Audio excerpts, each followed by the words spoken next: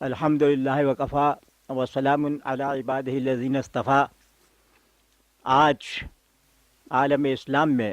ایک سب سے بڑا مسئلہ یہ ہے کہ ہم دیکھتے ہیں کہ بڑی بڑی مسجدیں بھی ہیں، بہت کثرت سے ہیں، بڑے بڑے مدارس بھی ہیں، ان میں طلباء بھی بہت کافی تعداد میں ہیں، علماء کی پیداوار بھی سب کچھ ہو رہی ہے۔ آج ہمارے پاس دولت بھی ہے، ثروت بھی ہے، سیاسی طاقت اور خود مختاری بھی ہے، لیکن ان تمام کوششوں کے باوجود وہ نتائج پیدا نہیں ہو رہے ہیں جو کہ نبی کریم علیہ الصلاۃ والسلام نے 13 سال کی مدت میں پیدا کر دیے تھے۔ اس کی وجہ کیا ہے؟ اصل چیز یہ ہے کہ نبی کریم علیہ الصلاۃ والسلام نے قرآن کے ارشادات کے مطابق جس طرح کہ اسلام کی تبلیغ اور اشاعت کی، اس طرح پر ہم لوگ اسلام کی تبلیغ اور اشاعت نہیں کر رہے ہیں۔ قرآن میں فرمایا گیا هو الذی بعث فی الامین رسولا منہم یتلو علیہم آیاتہ ویزکیہم ویعلمہم الکتاب والحکمۃ وان کانوا من قبل لفی ضلال مبین۔ اس آیت میں اللہ تعالیٰ فرماتا ہے کہ یہ وہی خدا ہے جس نے کہ امیین کے اندر، یعنی ان لوگوں میں جن کو کہ دین کا، مذہب کا اور رسالت کا کوئی تصور نہیں تھا، ان لوگوں میں اللہ نے پیدا کیا ایک پیغمبر۔ اب ان پیغمبروں اس پیغمبر کے فرائض کیا ہیں اور اس نے کس طرح تدریجی طور پر اسلام کی تبلیغ اور اشاعت کی ہے، اس کو قرآن بیان کرتا ہے۔ هو الذی بعث فی الامین رسولا منہم یتلو علیہم آیاتہ۔ پہلی چیز ہے یتلو علیہم آیاتہ، کہ آیات کی وہ تلاوت کرتے ہیں۔ آیات کی تلاوت کا نتیجہ کیا ہوتا ہے؟ یزکیہم، اس سے تزکیہ نفس پیدا ہوتا ہے۔ جب تزکیہ نفس پیدا ہو گیا تب اس کے بعد میں تیسرا مرتبہ آتا ہے یعلمہم الکتاب والحکمۃ وان کانوا من قبل لفی ضلال مبین۔ اب آپ دیکھیے کہ اسلام کی زندگی، حضور کی زندگی دو قسم کی ہے، ایک مکی زندگی اور ایک مدنی زندگی۔ مکی زندگی 13 سال کے اوپر مشتمل ہے۔ یہ 13 سال کی جو مدت ہے یہ تلاوت آیات اور تزکیہ نفس کے لیے وقف ہے۔ تلاوت آیت سے مراد یہ ہے کہ اس میں اللہ تعالیٰ نبی کریم علیہ الصلاۃ والسلام نے جو مکی صورتیں ہیں، ان مکی صورتوں کے دیکھنے سے معلوم ہوتا ہے کہ دو چیزوں پر بہت زیادہ زور دیا گیا ہے، اور ان دو چیزوں کو بار بار بڑی قوت سے اور بڑی شدت سے اور غایت فصاحت و بلاغت سے اس طرح بیان کیا ہے کہ وہ ایک حقیقت ثابتہ بن کر لوگوں کے دلوں میں اور ان کے دماغوں میں راسخ ہو گئی اور اس نے جڑ پکڑ لی۔ اس نے دو چیزیں کون کون سی ہیں؟ ایک ہے توحید، خدا کا وجود اور اس کی وحدانیت، اس پر یقین اور اس پر ایمان۔ دوسری چیز ہے یوم آخرت پر ایمان۔ اب آپ اگر تتبع کریں اور تلاش کریں تو آپ دیکھیں گے کہ مکی آیتوں میں حضور نے انہی دو چیزوں کے اوپر بار بار زور دیا ہے۔ امن خلق السماوات والارض وانزل لکم من السماء ماء فانبتنا به حدائق ذات بہجہ ما کان لکم ان تنبتوا شجرها الہ مع اللہ بل ہم قوم یعدلون۔ تو اس میں اللہ تعالیٰ نے اپنی نشانیاں بیان کی ہیں، اللہ تعالیٰ نے اپنے وجود کے دلائل دیے ہیں، اللہ تعالیٰ نے اپنے ایک ہونے کے دلائل دیے ہیں، اور ان چیزوں کو بار بار بار بار اس قدر قوت سے اور اس قدر شدت سے اس کو بیان کیا ہے کہ وہ لوگ جو کہ خدا کے وجود کا یقین نہیں رکھتے تھے، ان کے دلوں میں وہ بات جڑ پکڑ گئی اور وہ عقیدہ ان کے دماغ کے اندر راسخ ہو گیا۔ ایک چیز۔ دوسری چیز جس پر کہ زیادہ مکی آیتوں میں زور دیا گیا ہے وہ ہے یوم آخرت پر عقیدہ۔ بار بار آپ دیکھیں گے قرآن مجید میں فرمایا گیا ہے کہ کلا بل تحبون العاجلۃ وتذرون الآخرہ وجوہ یومئذ ناظرۃ الی ربها ناظرہ ووجوہ یومئذ باسرۃ تظن ان یفعل بها فاقرہ۔ کلا بل، اس طرح کے کہ تم دیکھتے نہیں ہو کہ یہ تمہاری زندگی کئی دن کی زندگی ہے، اور اس کے بعد میں پھر ایک زمانہ آنے والا ہے جب کہ تم کو تمہارے اعمال کا حساب و کتاب پیش کرنا ہوگا۔ تو یہ دو چیزیں اس قدر حضور نے 13 سال کی مدت میں مکی آیتوں کے ذریعے بیان فرمائیں کہ وہ لوگ جو کہ بالکل گمراہی کے اندر مبتلا تھے اور نہ خدا کے وجود کا یقین رکھتے تھے نہ کسی دین پر یقین رکھتے تھے، ان کے اندر بھی وہ ایک جذبہ پیدا ہوا اور ان کو خدا کا یقین پیدا ہو گیا۔ دوسری چیز تھی یوم آخرت پر یقین کی، تو یوم آخرت عقیدہ بھی ان کے اندر راسخ ہو گیا. تو اب ان کی مثال بالکل وہ ہو گئی جیسے کہ کسی شاعر نے کہا ہے کہ ہر تمنا دل سے رخصت ہو گئی، اب تو آجا، اب تو خلوت ہو گئی. تو ان دو چیزوں کو بار بار بڑی شدت اور قوت کے ساتھ کہنے کا نتیجہ یہ ہوا کہ وہ جو عربوں کے دل و دماغ پر غلط رسوم، غلط عادات، غلط خیالات اور غلط توہمات کے بادل چھائے ہوئے تھے، وہ تمام بادل یکایک چھٹ گئے اور ان کا دل پاک اور صاف ہو گیا. تو اب جب پاک و صاف ہو گیا تو اب اس کے بعد مدینے کی زندگی شروع ہوتی ہے.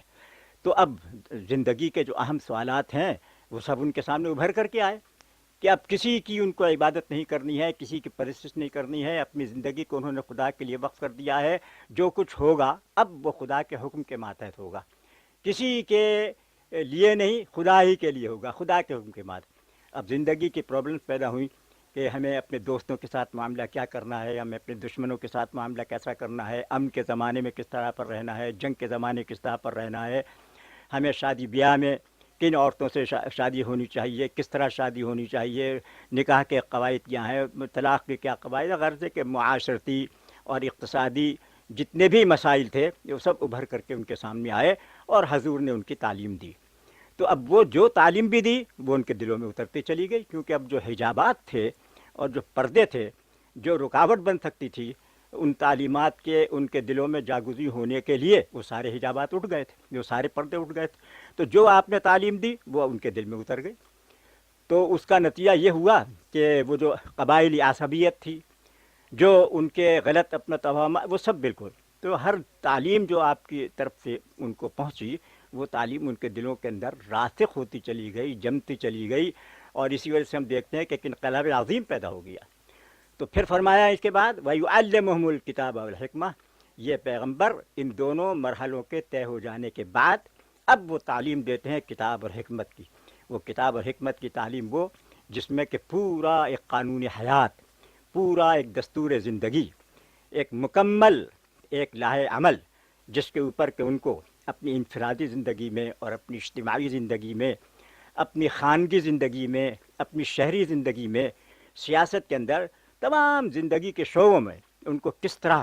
ان کو چلنا ہے اور کس طرح رہنا ہے، وہ کتاب حکمت کی تعلیم ان تمام چیزوں کے اوپر مشتمل ہے اور وہ ایک مکمل دستور العمل ہے. یہی وجہ ہے کہ وہ ایک انقلاب پیدا کر سکے انہوں نے، کیونکہ اب کوئی رکاوٹ ان کے لیے نہیں تھی. ہم دیکھتے ہیں کہ قبائلی عصبیت کے اندر وہ لوگ جو کہ جکڑے ہوئے تھے اور جو کہ آپس میں ایک دوسرے کے ساتھ امتیاز کا اور معاملہ کرتے تھے. ہم دیکھتے ہیں کہ حضرت بلال حبشی رضی اللہ تعالی عنہ وہ حبش کے رہنے والے تھے اور غلام بھی رہ چکے تھے، غلام کردہ، آزاد کردہ غلام تھے. لیکن انہوں نے جب مدینے میں اس کا اعلان کیا کہ میں نکاح کرنا چاہتا ہوں، تو بڑے بڑے جو سرداران قریش تھے انہوں نے کہا کہ ہماری بیٹیاں حاضر ہیں ہمارے لیے. تو حالانکہ وہ قریش جو کہ اپنے خاندان کے علاوہ کسی خاندان سے ازدواجی رشتہ قائم کرنا اپنے لیے باعث توہین سمجھتے تھے اور باعث ننگ و عار سمجھتے تھے، ان سرداران قریش نے اپنی بیٹیوں کو پیش کیا اور کہا کہ آپ ہمارے سردار ہیں، اس لیے کہ آپ مؤذن تھے مسجد نبوی کے اور حضور کے آپ مقرب تھے. تو اسی طرح کا واقعہ آپ دیکھتے، اور حضور نے خود اس کی ایک مثال قائم کی اس طرح پر کہ آپ کی جو پھوپھی زاد بہن تھیں حضرت زینب بنت جحش، ان کا آپ نے نکاح کیا زید بن حارثہ کے ساتھ جو کہ آپ کے غلام تھے آپ کے. تو یہ جو انقلاب ہوا ایک دم کہ جو پرانے چیزیں تھیں وہ سب ختم ہو گئیں، یہ انقلاب صرف اس لیے ہوا کہ حضور نے ایک دم ان کو تعلیم کتاب و حکمت نہیں دی.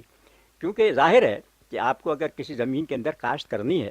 تو پہلے تو آپ کو زمین کو ہموار کر کے اس قابل بنانا ہوگا کہ اس میں آپ کاشت کر سکیں، اور اس کے بعد میں پھر آپ بیخ کنی کیجیے. تو یہ جو انقلاب پیدا ہوا اس لیے ہوا. ہمارے ہاں اب جو مصیبت ہے وہ یہ ہے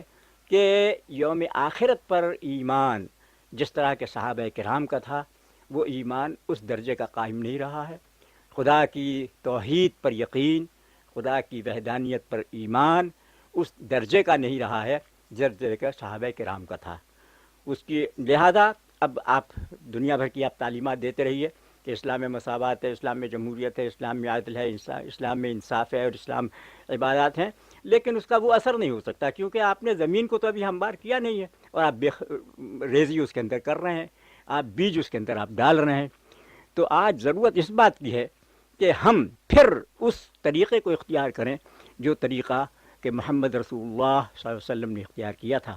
آج سب سے زیادہ کمی جس چیز کی نظر آتی ہے کہ سب کچھ ہے، مسجدیں بھی ہیں، مدرسے بھی ہیں، علماء بھی ہیں، درس قرآن بھی ہو رہا ہے، کانفرنس بھی ہو رہی ہیں، سیمینار بھی ہو رہے ہیں، بڑے بڑے پلان اور پروجیکٹ بھی بن رہے ہیں، لیکن وہ نتائج ہم کو حاصل نہیں ہوتے. نتائج اس لیے نہیں ہوتے کہ بنیاد کو ابھی تک آپ نے ہموار نہیں کیا، اور اوپر سے آپ ایک چنائی کر رہے ہیں، اوپر سے اپنی عمارت کو ایک